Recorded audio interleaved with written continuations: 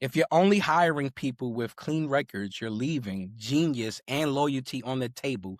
And most companies don't even realize it. Let's talk about some of the reasons why leaders say no to fair chance hiring. Most leaders, in my experience, don't reject fair chance hiring because they don't care. They reject it because they've been trained to see it as risk management and reputation management, something nice to do instead of something that actually builds a stronger company and meets your ROI. Because once it's framed as charity, to many leaders or organizations, at that point, it's optional instead of a strategic advantage point. We got to talk about that because strategically, there's an error in that logic. That framing, it's inaccurate. And I know a lot of leaders can vouch for that as well. A more useful frame that we should think about is we should see it as an innovation strategy. Let's break that down. Like one, it expands your talent market, it strengthens retention, and it upgrades your culture when it comes to diversity, production, and problem solving capacity, especially in environments where adaptability matters. In tech reentry, you got to be flexible but remain solid. So let's break down why fair chance hiring actually works into parts.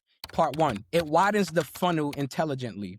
Most companies compete for the same resume patterns, and that means you're not selecting the best talent. You're selecting the most legible talent. And if you really want the best talent, is that the best system that we should be using? Things that make you go, But when you think about fair chance hiring, it surfaces high capability people who are filtered out before skills are ever evaluated. In practice, it's not about giving somebody a break, even though people do deserve that. It's actually about correcting a blind spot in our screening systems. Now let's talk about number two. It surfaces the genius of lived experience. Returning citizens often bring situational awareness, resourcefulness, emotional control, and the ability to operate inside constraints. They've been through the fire already. They're unshakable, baby. We can make things happen. And these are real workplace competencies. And this doesn't romanticize anybody's past, but I also believe that who people were in their past, and if they demonstrate healing towards who they want to be and change behavior, then who are we to judge a version of them that we never even knew? So we're not looking at people's past, and we won't assume that everybody has these skills.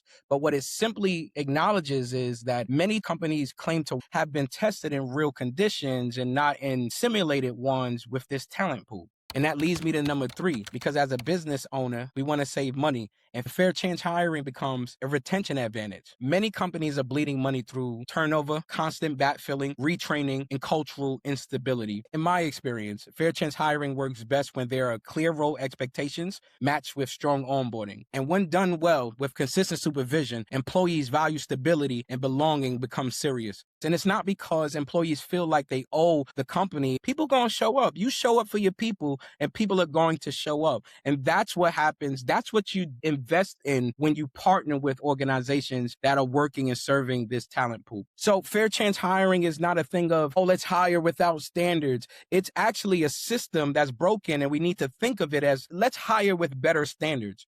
Let's think of this in a different perspective that actually uplifts people and gives them an opportunity for economic mobility. To me, it's not a question of should we take anyone? No, we absolutely should not do that. We should be wise in our decision making, but we should assess the risk and readiness intelligently. What does that mean? I'm glad you asked. Let's break that down. So we're talking about role fit. We're talking about time since offense. We're talking about the nature of the offense in connection to the role, any professional references they may have, any training pathways they may have journeyed through, the internal support systems that they may have.